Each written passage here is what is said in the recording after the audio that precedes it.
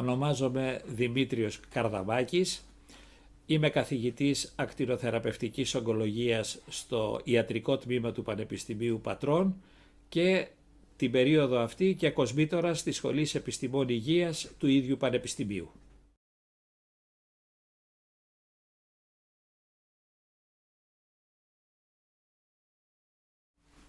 Ο ακτινοθεραπευτής ογκολόγος είναι ιατρός. Δηλαδή η ακτινοθεραπευτική ογκολογία ή απλώς ακτινοθεραπεία όπως συνηθίζεται να την αποκαλεί ο περισσότερος κόσμος είναι μια ειδικότητα της ιατρικής. Και αυτό που κάνει ο ακτινοθεραπευτής, η κύρια ας μου επιτραπεί δουλειά του, είναι να χρησιμοποιεί την ιοντίζουσα ακτινοβολία, δηλαδή τις ακτίνες Χ ή ακτινοβολία που εκπέμπουν ραδιενεργές πηγές όπως παραδείγματος χάρη το κοβάλτιο, το κέσιο, να χρησιμοποιεί λοιπόν αυτή την ακτινοβολία για τη θεραπεία ασθενών που πάσχουν από διάφορες μορφές και διάφορα στάδια καρκίνου και σε εξαιρετικές περιπτώσεις να χρησιμοποιεί τις ίδιες ακτίνες, τις ίδιες τεχνικές για την ακτινοθεραπεία ασθενών που πάσχουν από καλοήθεις παθήσεις που δεν μπορούν να αντιμετωπιστούν με διαφορετικό τρόπο και πρέπει να αντιμετωπιστούν οπωσδήποτε με ιοντίζουσα ακτινοβολία, δηλαδή με ακτινοθεραπεία. Είπα πριν τη λέξη δουλειά.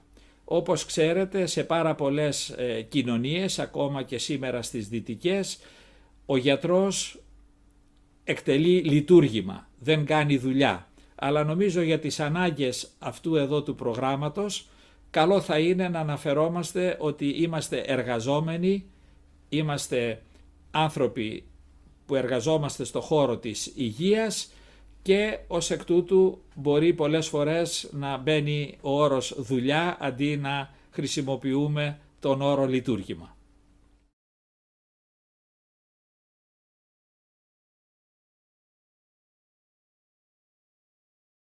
Η ακτινοθεραπευτική ογκολογία είναι κατεξοχήν κλινική ειδικότητα, τόσο στην πράξη όσο και με βάση την νομοθεσία. Η νομοθεσία περί ΕΣΥ καθορίζει, το ΕΣΥ είναι το Εθνικό Σύστημα Υγείας στην Ελλάδα, καθορίζει ότι η ειδικότητα αυτή είναι κλινική. Επομένως εργάζονται μέσα σε νοσοκομεία, είτε ιδιωτικά είτε κρατικά, κυρίως κρατικά, και είναι υπεύθυνοι για το σχεδιασμό και την εκτέλεση της ακτινοθεραπείας στις κατηγορίες των ασθενών που είπαμε προηγουμένως. Εργάζονται σε ομάδες. Είναι μία από τις κλασικές ιατρικές ειδικότητες που η έννοια της ομάδος έχει ουσιαστική σημασία.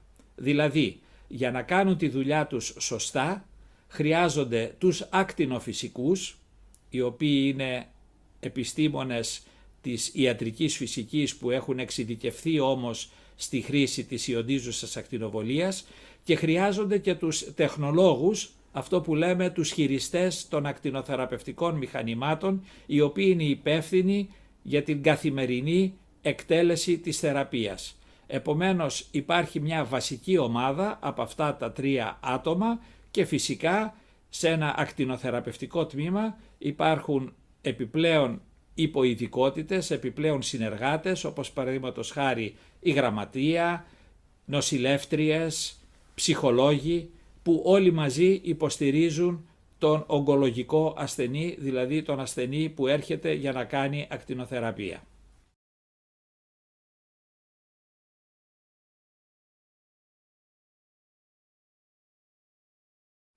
Θα μιλήσω σαν ιατρός. Ως ιατρός, το επίσημο ωράριο για τους γιατρούς στην Ελλάδα είναι 8 η ώρα το πρωί με 3 η ώρα το απόγευμα. Φυσικά επιπλέον αυτών των ωρών είναι οι εφημερίες και είναι εύκολα κατανοητό ότι δεν υπάρχει αυστηρό ωράριο, δηλαδή όταν έχεις δουλειά και δεν την έχεις ολοκληρώσει δεν θα φύγεις 3 η ώρα, θα μείνεις να κάνεις ό,τι πρέπει να κάνεις με τον ασθενή σου.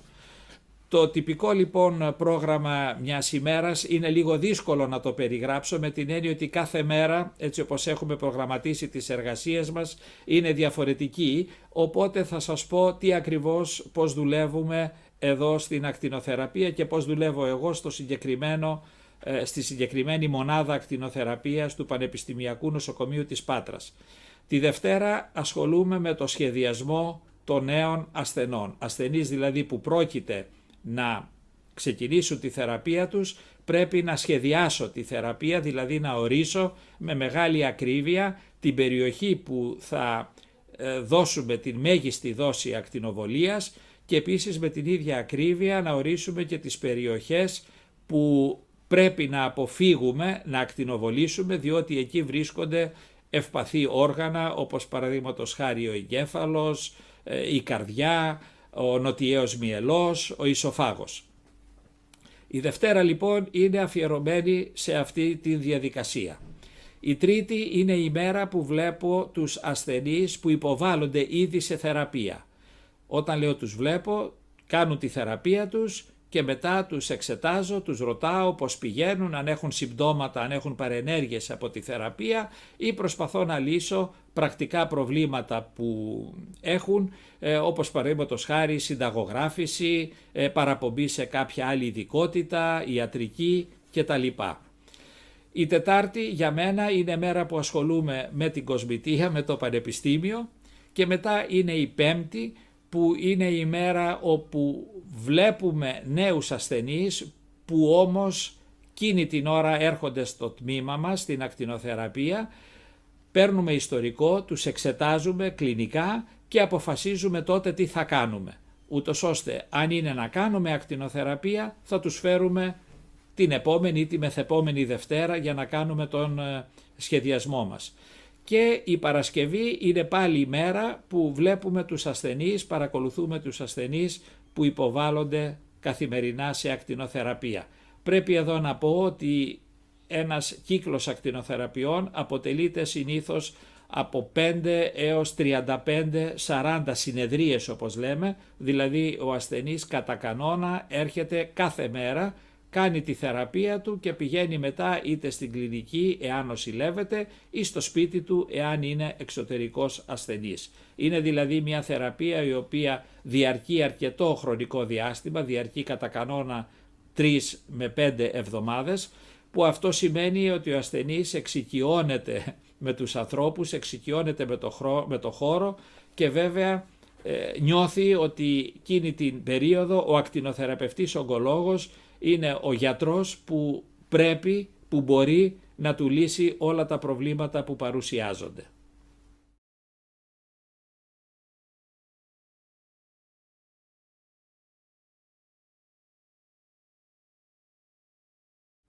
Εννοείται να αγαπά την ιατρική, να αγαπά τον άνθρωπο, αλλά επειδή αυτά είναι και λίγο, δεν ποσοτικοποιούνται τόσο εύκολα, θα προσπαθήσω να είμαι λίγο πιο σαφής. Η βασική ιδιότητα που πρέπει να έχει ένας ακτινοθεραπευτής ογκολόγος είναι να του αρέσει εξίσου η τεχνολογία, δηλαδή η χρήση υψηλής τεχνολογίας μηχανημάτων, και η κλασική ιατρική, δηλαδή η επαφή και η επικοινωνία με τον ασθενή και με το περιβάλλον του.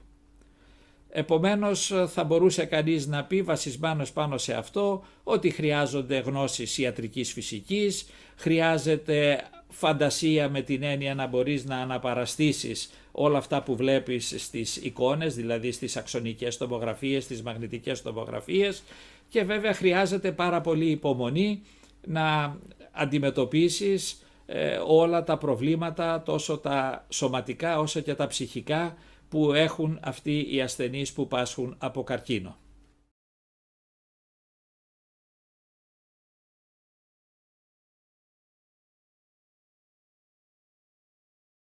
Όπως όλοι οι ιατροί, έτσι και ο ακτινοθεραπευτής ογκολόγος θα πρέπει σίγουρα να διαθέτει υπομονή, θα πρέπει να διαθέτει κατανόηση, να διαθέτει να είναι ευγενικός, γιατί οι άνθρωποι αυτοί, όπως ήδη ανέφερα, υποφέρουν, είναι άνθρωποι που έχουν ταλαιπωρηθεί, η υγεία τους έχει ταλαιπωρηθεί, και φυσικά όπως όλοι οι ιατροί να τον διακρίνει φιλομάθεια, με την έννοια να θέλει συνεχώς να ενημερώνεται, να θέλει συνεχώς να εμπλουτίζει τις γνώσεις του με νέα δεδομένα και με νέους τρόπους σκέψης.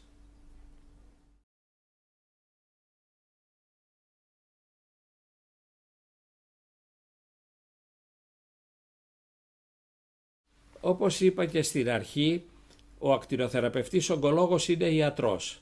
Επομένως σπουδάζεις πρώτα ιατρική, που όπως ξέρετε σε όλο τον κόσμο, στην Ευρώπη και στην Ελλάδα φυσικά είναι σπουδές 6 ετών, παίρνεις το πτυχίο της ιατρικής και στη συνέχεια επιλέγεις σε ποιο νοσοκομείο θέλεις να κάνεις την ειδικότητα του ακτινοθεραπευτή ογκολόγου. Η επιλογή αυτή τη στιγμή στην Ελλάδα είναι μετά από αίτηση του ενδιαφερόμενου, δηλαδή του φοιτητή, του απόφοιτου, της ιατρικής σχολής, και υπάρχουν συγκεκριμένες θέσεις σε συγκεκριμένα νοσοκομεία που δίνουν την ειδικότητα του ακτινοθεραπευτή ογκολόγου. Παραδείγματος χάρη, στην Πάτρα την ειδικότητα τη δίνει μόνο το Πανεπιστημιακό Νοσοκομείο Πατρών, το οποίο έχει διαθέσιμες 3 θέσεις από το Υπουργείο Υγείας για την ειδίκευση αυτή. Η ειδικότητα διαρκεί 5 χρόνια και περιλαμβάνει, εκτός από τα 3 χρόνια που είναι η αυστηρή ακτινοθεραπεία, περιλαμβάνει 1 χρόνο παθολογία-ογκολογία, εξειδίκευση στην παθολογία-ογκολογία, περιλαμβάνει εξειδίκευση στην ακτινολογία και κυρίως στην αξονική και στον μαγνήτη, και περιλαμβάνει επίσης και εκπαίδευση σε ειδικές ακτινοθεραπευτικές τεχνικές που δεν γίνονται όλες σε όλα τα ακτινοθεραπευτικά τμήματα της Ελλάδος, αλλά ο ειδικευόμενος έχει την δυνατότητα να επιλέξει που θα πάει, εάν τον ενδιαφέρει κάτι συγκεκριμένο, να εξειδικευτεί ακόμα περισσότερο στη διάρκεια της ειδικότητάς του.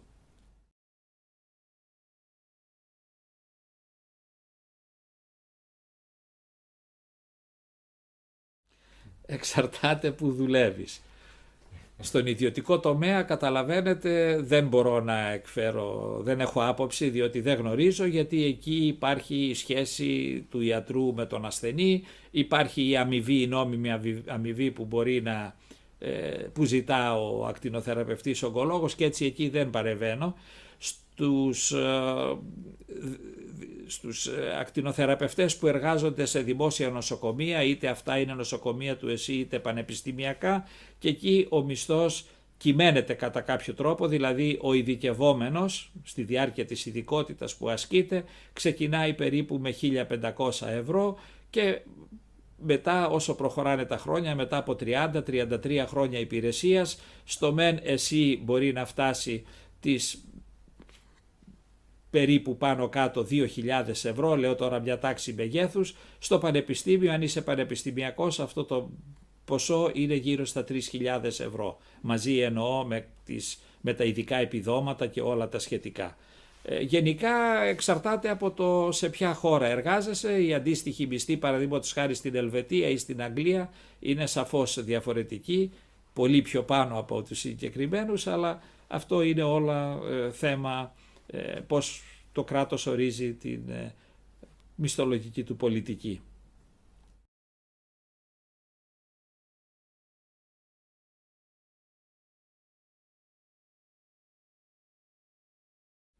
Στη δουλειά μου αρέσουν περισσότερο 2 πράγματα. Το ένα το είπα, που είναι ότι μου αρέσει να ασχολούμαι και με την τεχνολογία και κυρίως με την εικόνα. Το δεύτερο που μου αρέσει είναι ότι νιώθω ότι όταν έρχομαι σε επικοινωνία με τον ασθενή, όταν ο ασθενής ζητά τη βοήθειά μου, νιώθω τις περισσότερες φορές ότι μπορώ να προσφέρω βοήθεια, όχι πάντοτε με την έννοια της ίασης, αλλά και με την έννοια το να βελτιώσω την ποιότητα ζωής του, να φτιάξω αυτό που λέμε την καθημερινότητά του, ώστε να βρεθεί λίγο έξω από τον ασφυκτικό κλειό που η νόσος αυτή, ο καρκίνος, του έχει επιβάλει. Τώρα, αυτό που δεν μου αρέσει είναι κάτι πολύ πολύ γενικό. Δεν μου αρέσει που στη χώρα μας, παρά τις προσπάθειες πολλών, όλα αυτά τα χρόνια δεν έχουμε ακόμα καταφέρει να έχουμε εξειδικευμένα ογκολογικά κέντρα, τα οποία θα έχουν την δυνατότητα να προσφέρουν πάσης φύσεως υπηρεσίες στον ασθενή και στην οικογένειά του που πάσχει από καρκίνο. Παραδείγματος χάρη, να υπάρχει ένα κέντρο ειδικά σχεδιασμένο για την αποκατάσταση των ασθενών αυτών. Παραδείγματος χάρη, τελειώνουν το χειρουργείο τους, τελειώνουν τη θεραπεία τους, τη χημειοθεραπεία, την ακτινοθεραπεία, δεν είναι πάντοτε σε θέση μόνοι τους να πάνε στο σπίτι τους. Θα μπορούσε να υπάρχουν κάποια κέντρα, ας το πούμε έτσι, ειδικής νοσηλείας, που θα τους βοηθούν σε αυτό το μεταβατικό στάδιο για να αναρρώσουν πλήρως και να αναλάβουν, ούτως ώστε μετά να είναι και η ζωή τους στο σπίτι πιο εύκολη. Αυτό είναι το κύριο που με απασχολεί και που με ενοχλεί και που δεν έχω ακόμα πλήρως καταλάβει για ποιο λόγο δεν μπορεί να υλοποιηθεί και στη χώρα μας.